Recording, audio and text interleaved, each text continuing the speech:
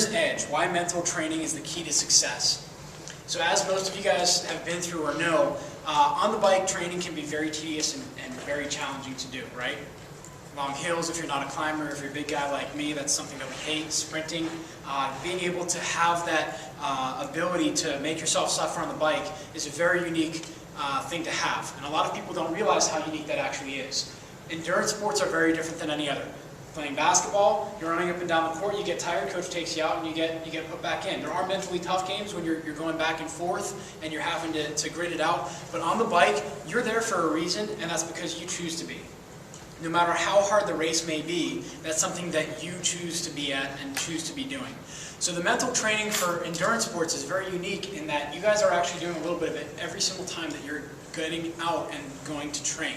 For those of you who have training plans, having the ability to be able to go forward and follow that training plan is very difficult. The mental acuity that it takes to follow a structured training plan, especially when you're balancing life such as work, girlfriend, school, it takes a lot, or boyfriend. It takes a lot of different things to be able to have that mental fortitude to be able to focus in.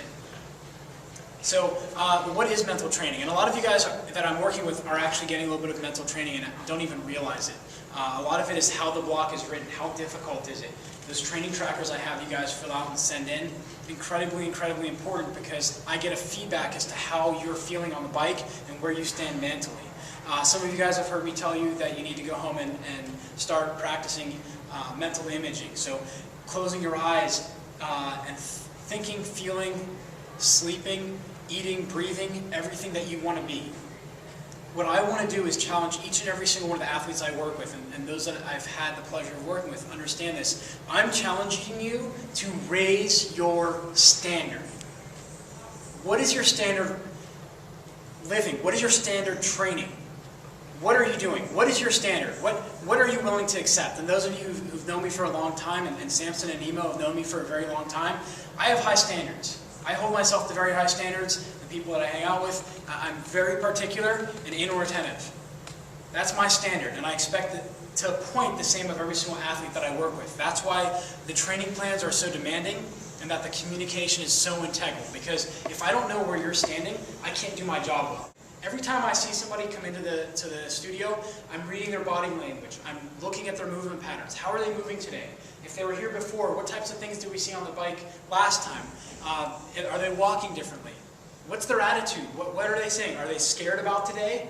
And meanwhile, I know that they didn't do their training plan because of how the tracker read. It just doesn't make sense. Or did they do their training and they're a little tired? Being able to take that and challenge that and change it for each individual is the biggest thing. Raising your standards is the most uncomfortable thing that we can do as human beings. It's a fear. It's a fear of the unknown. Vinny, what do you want? Out of biking, what do you want? Where do you see yourself? Winning as many races as I can. And going where with it? As high as I can go, really. So that's the mental visualization that each of you guys have to have. Whether it's cycling, Bobby, where do you want to be when you finish undergrad? I want to be able to get a good job. And what do you see yourself doing there? Stuff with the networking and security for the government. Okay. What does a normal day look like for that? Work a lot with computers and work on like firewalls and whatnot within the government. So that's the visualization you have to have. You have a specific job, you have a funnel, you have a clear, definite major purpose. This is what I want to do. This is what I want to do. Kevin, what do you want to do? Hopefully doing well in Cat 1, 2, 3 road races. See, that's what we want to change, not hopefully. It is. I see myself doing. But the big thing is that you have to see in your mind's eye, you have to see it, hear it, and feel it. The winning edge is somebody having an undying standard that they're not willing to compromise, that this is where I'm going to go. That's the difference between a gold medal and a bronze medal. When you get to the Olympics and you get to international pro, the physiological differences are so minute, it comes down to mental. And I've been very fortunate to talk to a lot of elite coaches that have coached Olympians, that have coached national champions, and there's a mental edge that one has to have. They have to know, by year's end, I'm going to be a Cat 1 and I'm going to win that race. If you don't get there, it's not because you're a failure, it's because one of your rituals didn't add up, or someone else's rituals were better. And that's where you need to have a role model.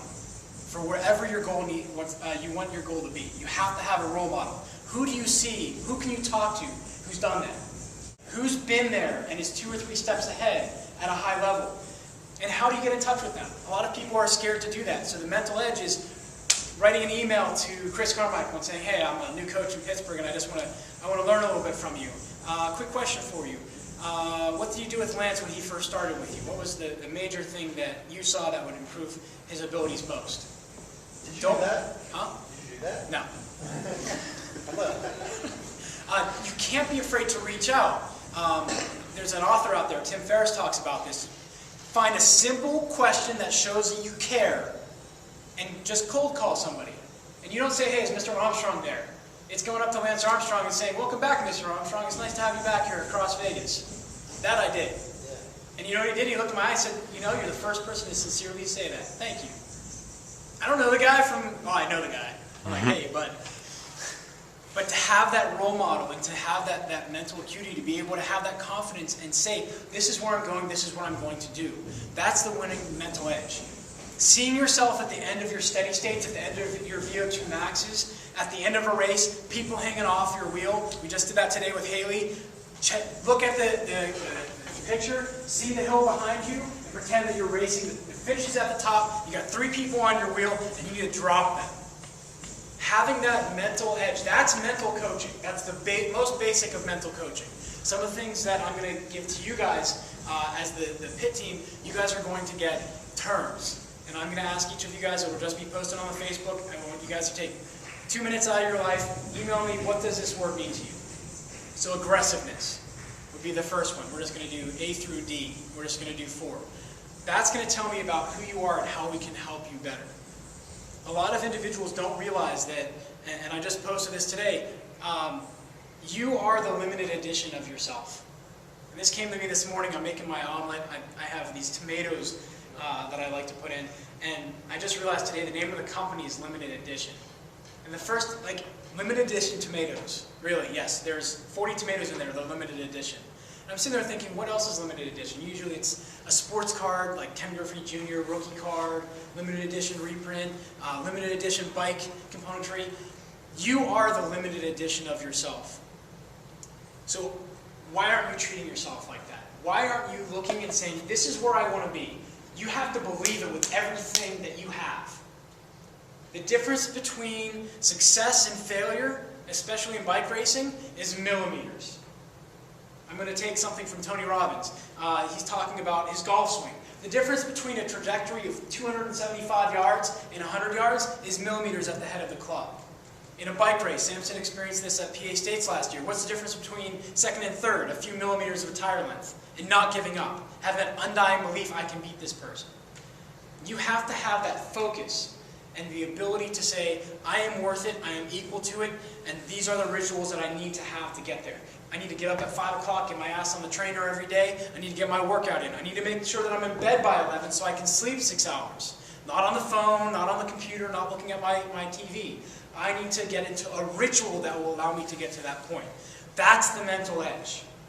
The people who find themselves in success or winning 90% of the time have rituals. You get to a level, collegiate basketball, I'm going to harp on that. That's a lot of experience I've had in high school. I've coached a lot of really, really talented high school players. The ones who went to collegiate and beyond are the ones who believe, this is where I belong. This is what I believe in. This is where I'm going. Every morning, eat, sleep, drink, poop. This is where I'm going. And that's what you have to have for yourselves. And the mental edge, again, in the end of your workouts, when it's hard, you need to picture, where are you in your race season? Who beat you last year? What team did you dislike most? Or what team do you always want to beat? Miguel. Stevens. Miguel and Dury. But the thing is again, you are a limited edition. You have to treat yourself like one. You have to be kind to your body, make sure you're fueling it properly, and you're letting it rest and recover. And that's the hard part for anybody in anything that we do. But the point is that the rest and recovery is the point where you guys are getting stronger, but you have to fuel yourself. And it's not just fueling yourself physically, it's fueling yourself mentally. You need to pretend, and this is, you're all going to laugh, you need to pretend that there are two little stoic British guards with the big hats and the rifles that are guarding your eyes and your ears. We are a passive society. We take in TV, we take in magazines, we take in what other people say.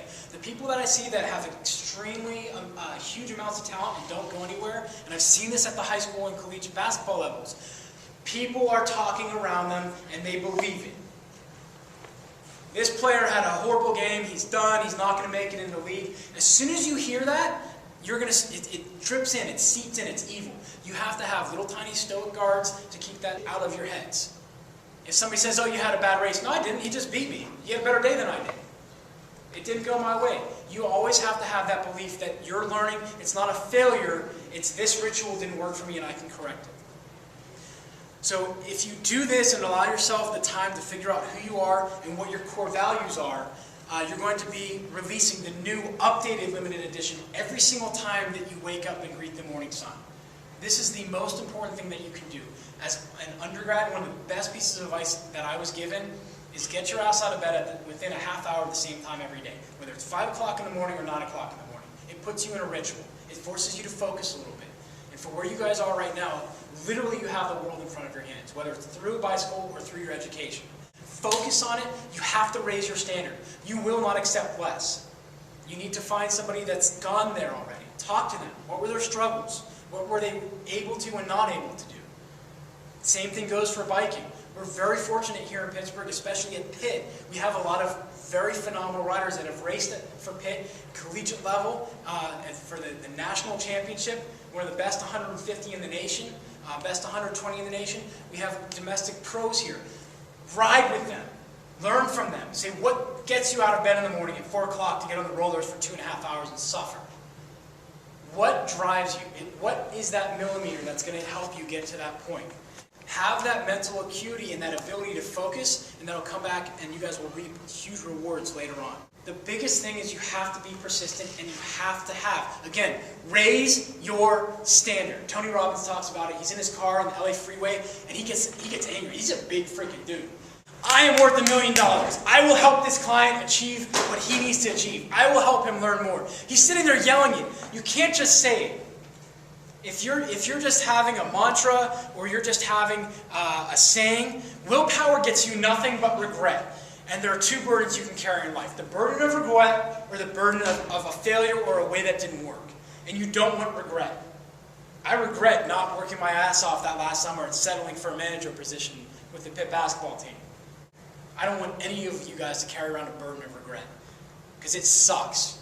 It is the worst burden. I would have much rather gone out and failed and got hurt having made that team rather than be lazy and be like, yeah, I'm not up to that. That's not my standard.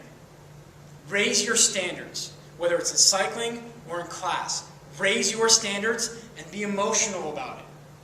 It's not willpower, it's a true focus. If you do that, that's the winning edge. Raising your standard. 3rd place to the guy who beat me last year is not good enough. That's my motivation to get on. And you can't just hook it on one. You always have to have something else. It's always looking for the next step. Climbing the corporate ladder, whatever it is. Be happy, content with where you are. Learn yourself. Figure out now, what are my core values? What matters to me? Who am I? And that will change as you guys go throughout. I see a lot of different things in my life where I've changed. The core value's there, but how it's presented is very different. And that's what you guys can do through cycling and endurance sports. So know that right now, every workout that you do is part of a successful ritual, just like studying each day is, or every other day. Whatever your routine is, it's a ritual. You have to commit to that ritual, and it goes beyond cycling and beyond life. So remember, the mental edge, the winning edge, is raising your standards, believing in yourself, and seeing, smelling, hearing, touching, and knowing that that's where you're going to be. It's not willing yourself there, it's ritualing yourself there.